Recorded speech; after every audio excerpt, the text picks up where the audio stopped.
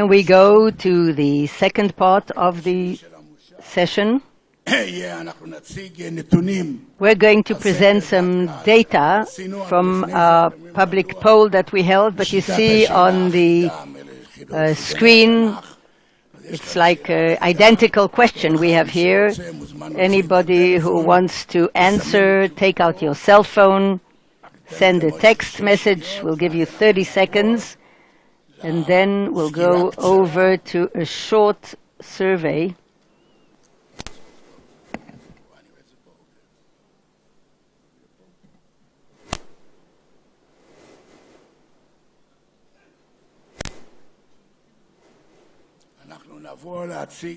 We're going to present to you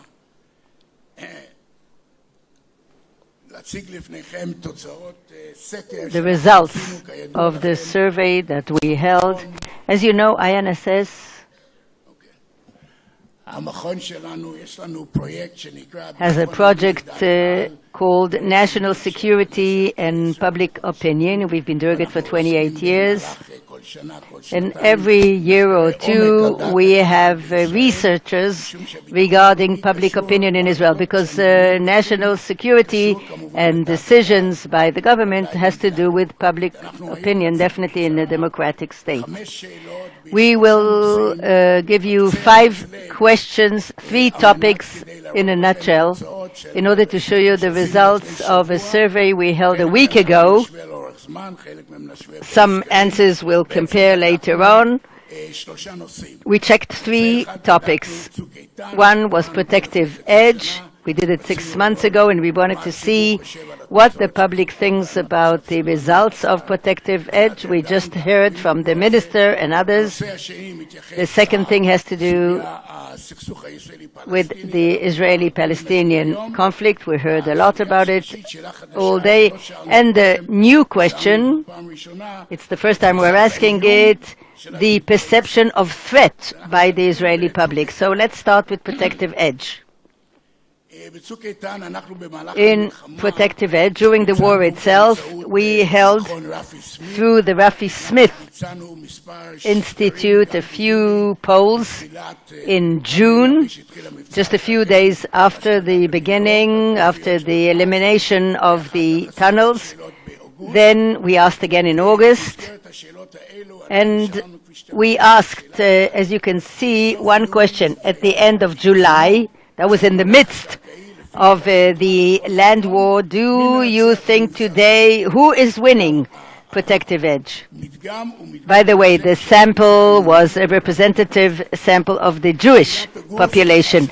In the beginning of August, after we left Gaza, after we had ceasefires, we repeated the question, and we asked again, who won the war in protective edge?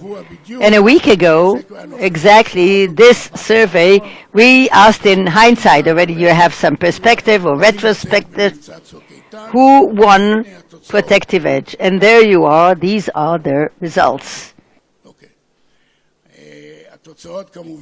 The results obviously are in Hebrew from right to left. At the end of June, at the end of the war, the Israeli public felt that Israel was winning big time. Nobody thought that Hamas was winning, but there were others who thought that none of the parties was winning. And then 2 weeks passed.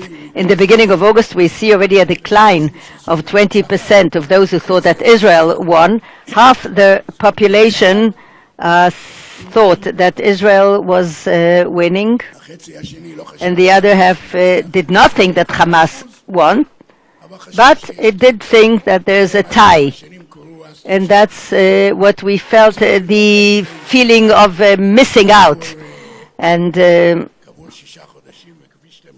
6 months later, as you can see, we want to see, but it changed for the worse. There's no better perception of the Israeli population today regarding this topic.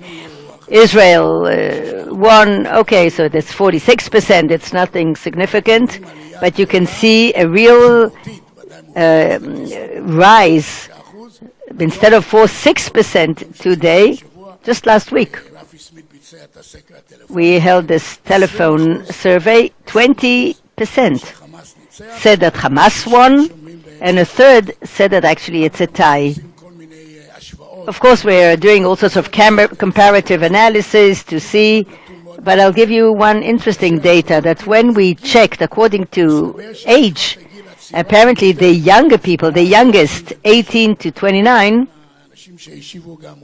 some of the people maybe even fought during the war, those who answered the questionnaire, and there the picture is even more grim. 39% said that Israel won, as opposed to 34% who said that Hamas won.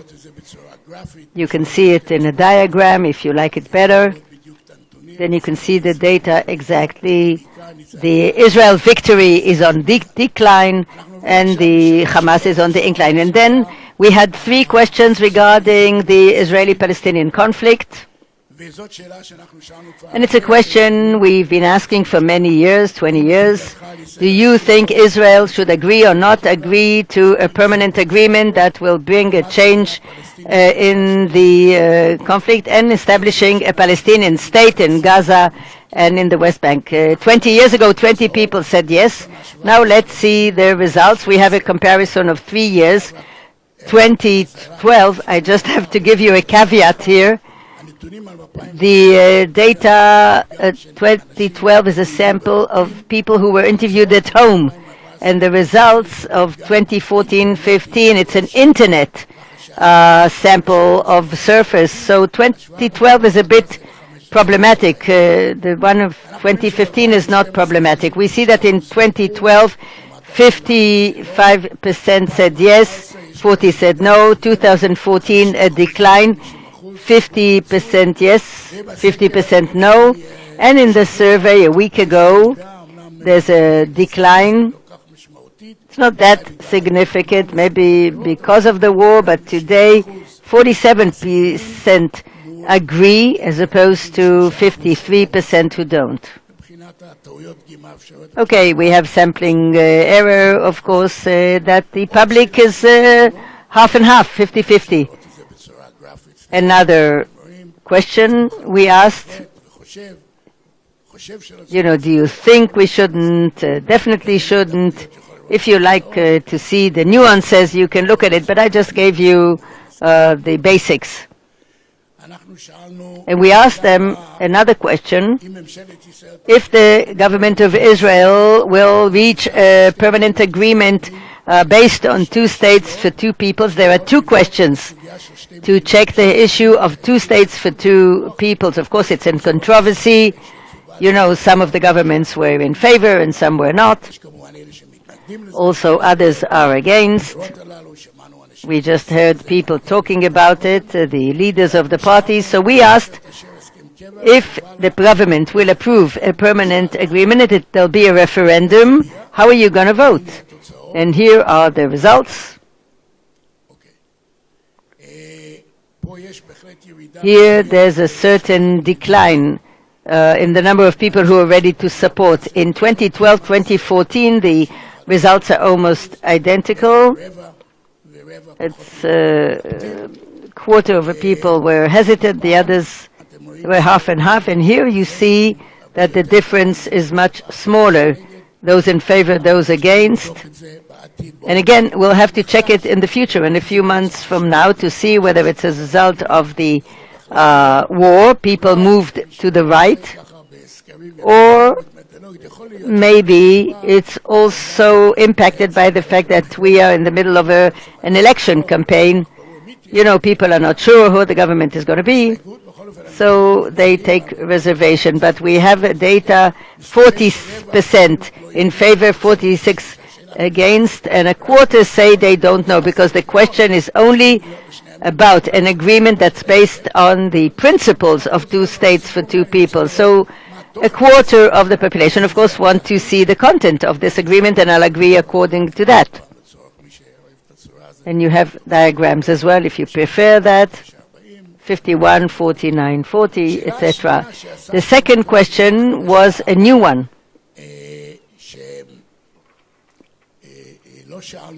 which we didn't ask before. And that's why we checked in order to see the result, and we asked it through the internet, which was held by the Ipsos Market Watch company. That's what they do. It's an international company. And we also, in order to check the results of the internet, we also asked the Rafi Smith Institute to go and check this question on the telephone. These are two different surveys. What do you think is the right solution in the long term of the Israeli-Palestinian conflict? And now we'll see the results. First of all, they're rather similar between the two polls. It gives some sort of a credibility. One were people on the net and one was on the phone. We see that half the public says 2 states for 2 peoples. That's the right solution in the long run, 49-51. No support, no real support to annex all the territories, including the inhabitants, 1 state. I want to underscore that we didn't say binational state here, because a binational state would deviate the question. That's not something that you take as positive. So therefore we wanted to be a bit more cautious. So we wrote annexation of all the territories, including the inhabitants, into 1 state. Maybe it won't be binational. And according to the telephone survey, there were 10% less. There's no great support. Preserving the existing situation, 27-30%. And what's interesting is that the phone survey, people say, we don't know, we don't have an opinion. But on the internet, it's constructed differently.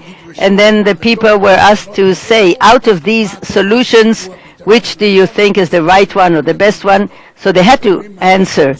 You see, it's interesting that on the phone, 15% did not express any opinion. It's much higher than what you get usually. Usually, by the way, Protective Edge, some 5% maybe said they didn't have an opinion. That's why we were talking about 100%. So 15% they say, I have no opinion. Namely, 15% say, I'm a bit helpless. I don't know what the solution is. But on the internet, they made them answer, and about 50% says that we see it as a solution, not tomorrow morning, but that's the way. There's a support a bit limited in annexation of territories and preserving the existing situation, 6%. The last question was also new. We did it only on the internet, and it has to do with the topics that we heard, to see the perception of threat. What do you think is the main external threat Israel is facing today? Some people talk about Iran and others, and the interesting question was, is there an agreement within the Jewish population in Israel what actually is the external threat? We have a lot of internal problems, but the external threat, apparently there's no consensus about that. First of all, it came out Hezbollah and Hamas. Most people who answered chose the Hezbollah and Hamas, namely the immediate and close threat, because Israeli third say that's the most important threat. And we saw it 6 months ago, in the north also just a while ago, 2 soldiers who were killed. And that's why a third says that. The other 3 threats, nuclear Iran, Israeli-Palestinian conflict, and political isolation and delegitimization, they're about, maybe there's a difference of a percent or 2. Nuclear Iran, 21%, the Palestinian conflict, 25%, and the third question, 18%. But what's interesting about these results, apart from the fact that there's no one threat that even half of the population says this is the threat, not nuclear Iran, not Hezbollah. And what's interesting is that the Islamic State and Al-Qaeda, Daesh, ISIS, ISIL, every day it changes, the Israeli public doesn't see that at the moment as the main external threat. Only 10% at the moment. It's far away from us. We have closer and immediate threats at the moment. That's how we ended our survey. You can see it as a diagram as well, as a graph. And I thank you for this session. Thank you very much.